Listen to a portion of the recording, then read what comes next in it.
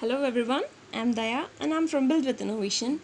Today in this particular video, we're going to be learning how to create filters for your products and also how to manage them and attach them to specific products as well. So firstly, you have to log into your website and click on your side menu. Scroll down a bit to find an option called filters. Here it is. Just click on it. As you can see, I haven't created any filters yet. Click on the add new button to create new filters. And this is the page you'll get called add filter, and here's a toggle button called active which has to be enabled if it's disabled. And next thing is called name. The name is nothing but the name you give for your filters. For example, I take any cloth material, for example, let's say churidars, dresses, saris, or curtains, doormats, etc., etc., which all comes under the cloth. So how can you segregate the cloth as? So in terms of materials or so I'll just give the name as material. So this is the name of our filter, and the values which we are going to give for this is the types of materials. So I'm sorry. So in the value section, type down the materials. So let's go with cotton and add it. Likewise, you can add as much as materials as you want. So next we go with the rayon.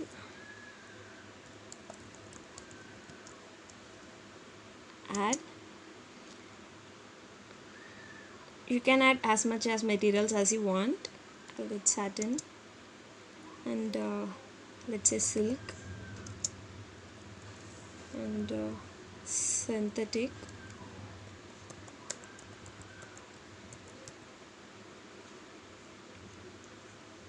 So add. As you can see, these are the values created for our filter material. So these are the values, which is nothing but the types of materials, and you can also remove them if you don't need it. So I'll show you something. Add. So if you want to remove it, just click on this icon and it's gone. Next, we have an option called link categories, which is nothing but you can see an option here called zero categories linked. We can link this filter, which is the material filter, to as much categories as we want, like link it with dresses and link it with home essentials and the types of categories which it suits to. For example, I can link it with saris as well. So just click on the zero categories button and just link it with the suitable category. As you can see, there is no suitable category yet. We only have a curtain. So here we have door curtains and window curtain. Let's check these boxes. I'll check window curtain as well, and let's save it as for now. So the same goes with brands as well. Now the three categories are linked, so click on the zero brands linked, and here as you can see, it's nothing but the Coca-Cola and Nestle Kisan and all. So as for now, I'll just link it with these two Gucci and Philips brands. So I'll just save it. This is just an example. So here we can see it's three categories linked and two brands linked, which we linked our filter to. And as you can see, here are the details. Let's save our progress. So the filter has been saved. Now get back. So in this page, as you can see, there's a filter called material which is active. So this filter is active and can be now added to any of the products. I'll show how to link it to a product. So hop on to product section from side menu, scroll down. So here it is. Click on the product. So as we have created a filter called material, we are going to link it with any kind of cloth. So it's fruits here.